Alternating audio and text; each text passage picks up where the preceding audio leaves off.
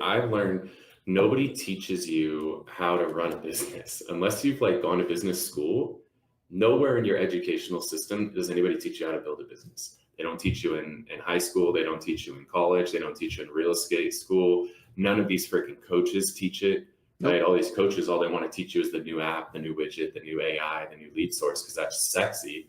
But that's not how to build a business. And so I realized, like, if I want to learn how to run a real business, I need to go outside of the industry. I need to learn how to run a true business. And so I joined this thing called Entrepreneurial Organization, which is just other entrepreneurs that have all founded businesses. Depending on where you're located, there's a minimum income level to join this group.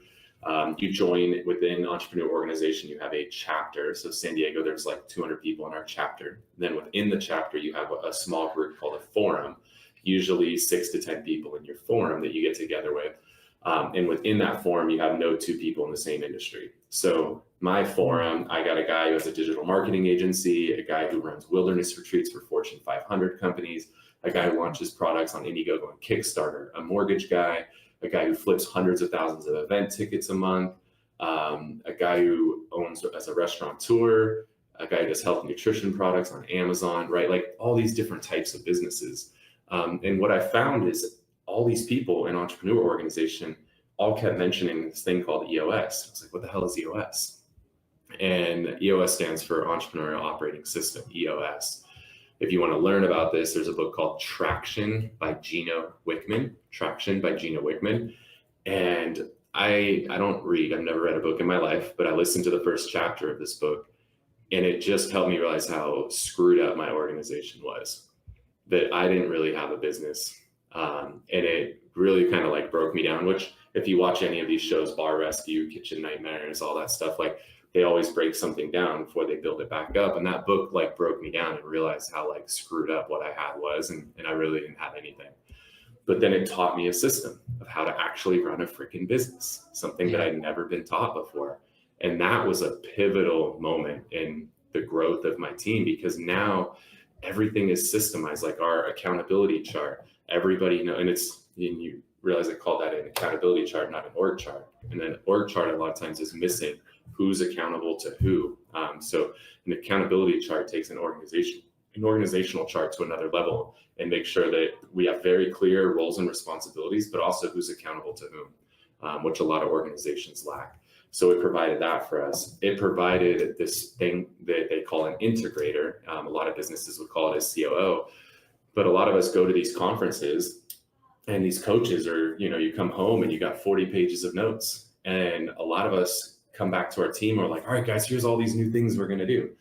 And we just puke all these ideas all over our team, but we haven't thought through any of these ideas. Like, which ones make sense now? Maybe some need to happen later. How does it affect this? How does it connect to that system? Like, we don't think through those things, right? We're what Traction or what EOS calls a visionary.